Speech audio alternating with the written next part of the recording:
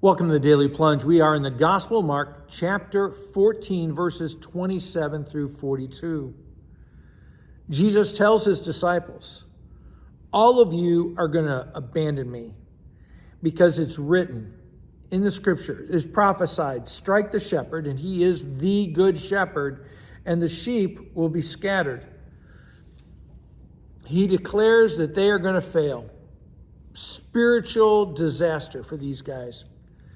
And yet he says, but after I've risen, I will go ahead of you. I'm going to see you again in Galilee.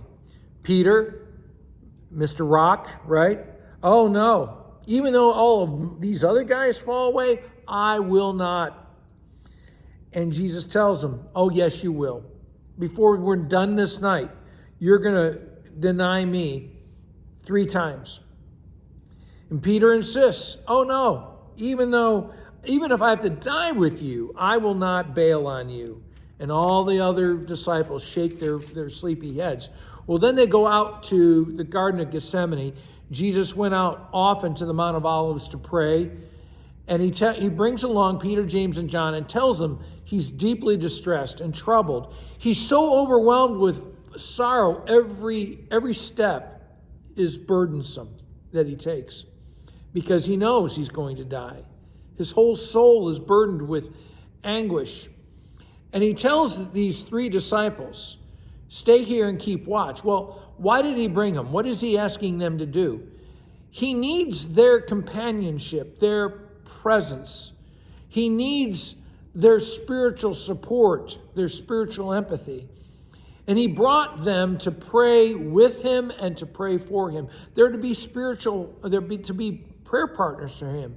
And I think about in our congregations, do we have prayer partners for the under-shepherds, for the pastors in our congregations?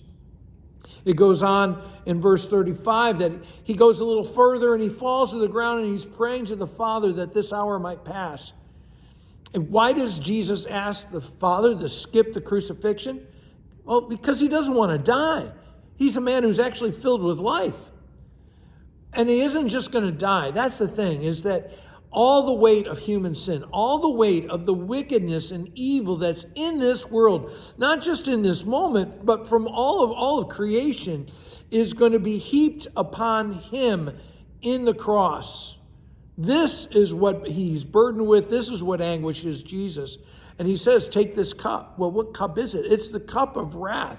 It's all the judgment of God that is to be poured out on a sinful humanity that we're supposed to take, and yet Jesus is going to drink down that cup of poison for us.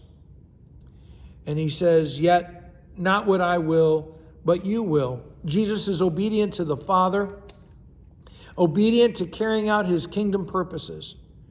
And he goes back and he finds the disciples sleeping, not praying.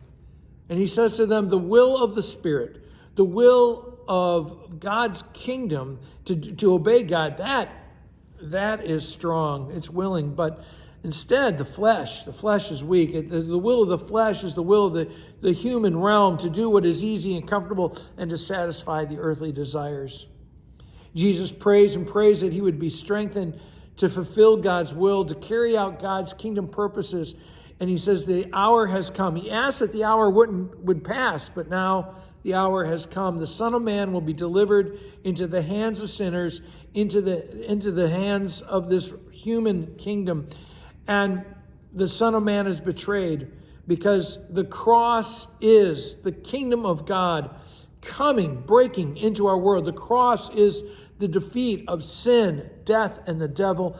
The cross is God's judgment poured out by God and absorbed by God. The cross is God's kingdom and his will being done.